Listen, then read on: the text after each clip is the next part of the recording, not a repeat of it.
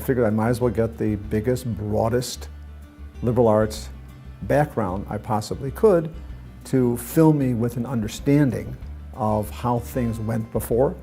I believe that history is probably one of the most important subjects that is taught in schools. It gave me enough of a foundation to be able to speak and to understand and to take concepts and fabricate from them solutions, which history is just full of solutions, some good, some bad. So I took the passion of wanting to know about my grandparents and my great-great-grandparents and their lives and translated that into bigger stories and bigger pictures of America and the world.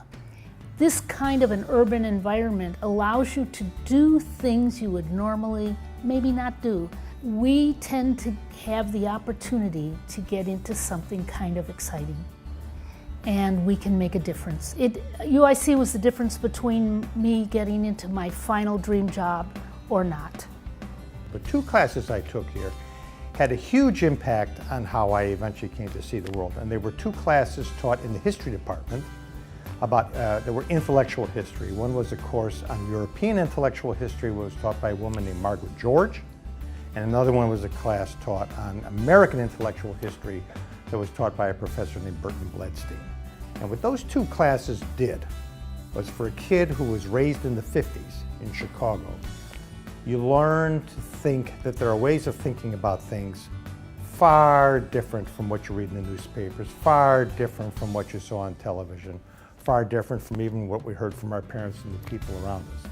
And those two classes opened my mind up to the idea that you can see things differently from what is around you. And I think so many undergraduate students end up switching majors along the way, and that's perfectly okay. I would say always, when you pick a major, think about how you will balance that with a minor.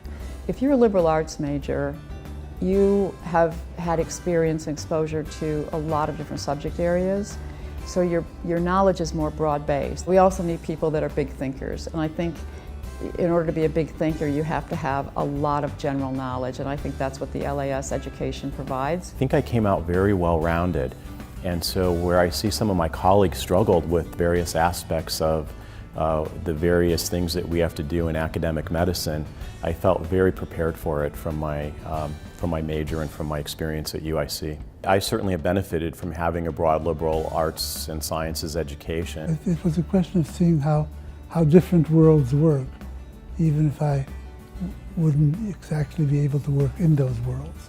It's like listening to a piece of music that's new to you and you don't understand what's happening. Maybe you can learn.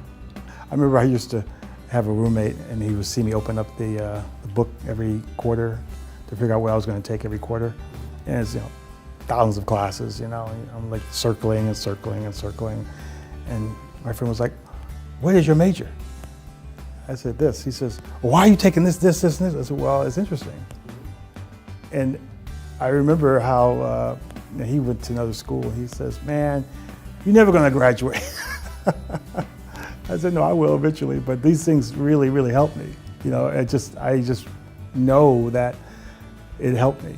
And I think that my advice would be for everybody who's goes to any school that has a liberal arts component to it, to choose, but take your time.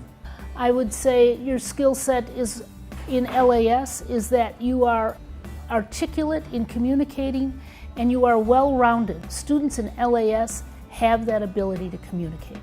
Being able to communicate with the people around you is critical. You have to communicate clearly what your thoughts are. I was then, and completely since, been thrilled with the caliber of the education. So as to return on investment, nothing better.